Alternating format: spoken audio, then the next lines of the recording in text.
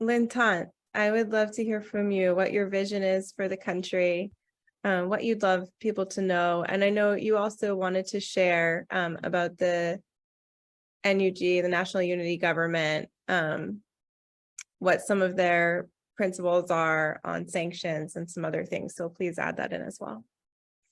Thank you very much. So Rhinanda, first of all, I would like to say that, we are building the new state.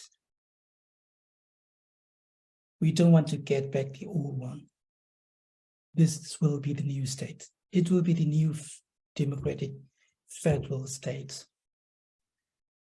So we have right now the 12-step, roadmaps to build the federal democracy state, our country. So we have the charters. We have the right now the interim, the Constitution's draft committee. We are drawing the interim constitution. And then we will have the federal democratic country, and we will stay together very peacefully and very securely in the future. To have the brighter future, secure future for our country, right now, our government is very committed to end the military rule. See, our government is just only interim government to lead the revolution.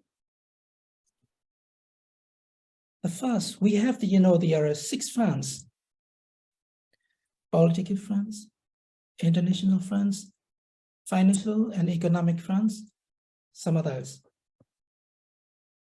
To end up the impunities and the military rule in Burma, we need to have the very strong support from the international communities, especially sanctions. We have to cut it off, the military incomes. Our NUG calls on the international communities to implement the stronger, tougher, and coordinated measures targeting the military economic interests. We are much encouraged by the sanctions so far imposed on the military-owned companies, individuals, and other military interests by some states. But these measures need to be adopted by the larger number of the nations and strengthened to maximize their impact. Beyond the military-owned conglomerates, for example, the Myanmar Economic Holdings Limited, very recently, our government has announced that the Myanmar Upai is one of the terrorist company, which has been sanctioned by some members of the international committees already done. There is a need to broaden sanctions to wider numbers of enterprises that has been falling under the control of the military junta since the attempted coup. Only broadening sanctions in this way will have a real impact on the military income streams. Sanctions should be imposed on state-owned enterprises that are now under the military control. Myanmar Oil and Gas Enterprise, MOGE, is the military's most important financial lifeline, one of the handful of the stable, predictable sources of the finance used to procedure weapons, surveillance technologies, and jet fuels. The NUG calls for urgent actions to sanction the following, businesses. All state-owned enterprises now under the control of the junta, including MOGE. All business owned or controlled by the associated with the junta, especially Myanmar Upai, MEHL, and the MEC. All private, the business owned by the individual members of the junta or by the senior military officers. All the military business partners and associates assisting the junta, including private sectors firms owned by the individual that are known cronies of the militaries. And all payments, including taxes, dividends, profits, and rents that provide income to the junta should be stopped. In turn, on targeting the military economic interest, the sectors on the we NUG wants the international community to impose sanctions, especially the first priority, oil and gas, because oil and gas companies provide a large and steady streams of the revenue to the junta. The second priority, mining, because the military has a large share of the mining sectors and profit directly flow to the military and their corrupt associates. Third priority is banking, because the sanctions international banks to the, prevent the transactions involving the Myanmar military will hurt the military stability to buy the weapons and the, to misappropriate, the country's revenue for their personal gain. We want investor. We have the something message to the investors. The investors should suspend all the business that are contributing to the military junta, acts of crimes against humanity, and cut off all the finance in any forms which is helping the military acts of the terrorism. All investors should suspend all business dealing with all state-owned enterprises, including joint ventures with the state-owned enterprises, and also suspend all business ventures with the military-owned or the control holding companies, including MEHL and the MEC, and suspend all the payments that they provide income to the junta or to the military, and instead place all funds into a third-party account that cannot be accessed by the junta, and suspend all the outstanding loans to Business Holding Limited, and do not cooperate with the business owned by the members of the junta or the senior military leadership or their families members, and they cancel the partnership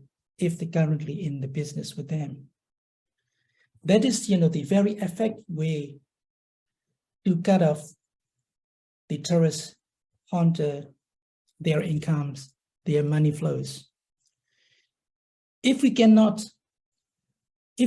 sanctions against such kind of these, the military terrorists, they can commit the next genocide, the next crime against humanity, war crimes. According to our research, during the 2 years, the military committed over 2,500 cases of the human rights abuses and the crime against humanity and war crimes. That is, you can help to the people of Myanmar in need.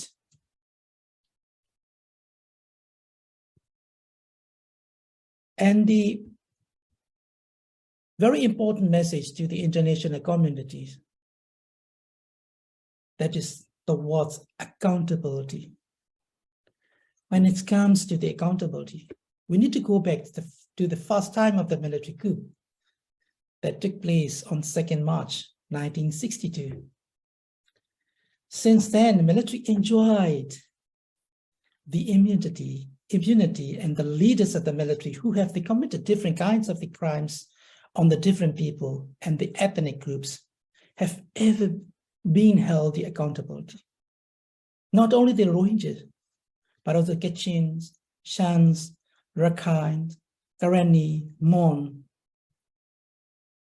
They killed many of our people. They killed many of our ethnic people, our brothers and sisters.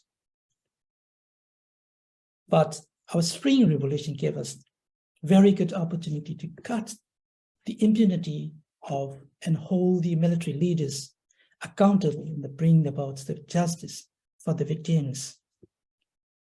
We have approved a federal democratic charter, if I mentioned about in the very beginning of this part of talking, in the People's Assembly held in January 2022 to bring an end to the military conflicts across our union and to ensure all the nationalities and populations can participate and collaborate fully in the union the NUG is proposing a new federal democratic union where all citizens can live in peace.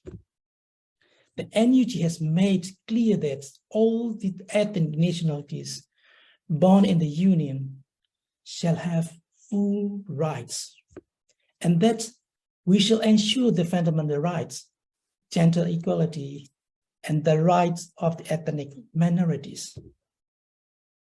The NUG has issued a policy statements on Rohingya that emphasize their belongings and inclusions.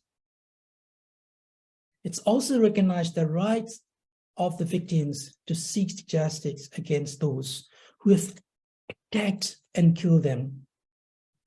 Our new federal democratic union will include a special place for Rohingya communities as well. The NUG is committed to bringing the perpetrator to justice, not only for the realizations of justice, but also for the deterrence against the future atrocities. Therefore, we regard this as a priority task. This is our NUG main priority task. As you all know, that in 2019, a case was opened at the International Court of Justice by the Gambia against Myanmar. The case refers to the violence perpetrated by the military against our Rohingya communities in 2017. It is the interest of the justice, for the sake of our Rohingya brothers and sisters, that we have engaged with the International Court over these last months. We have submitted periodic reports as required by the court in its provisional mention of the 23rd January 2020. We have named our ambassador to the United Nations, His Excellency Ujo Moton, as agent for the court in place of Aung San Suu Kyi, who she remains unjustly detained by the military.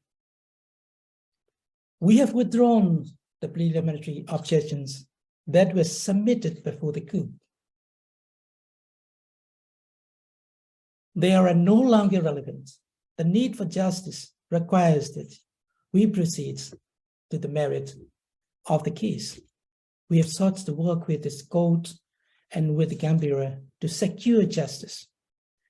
The military regimes rules by the gun, even that is failing them. They do not have the effective control over the country. They have no popular consent for their violence.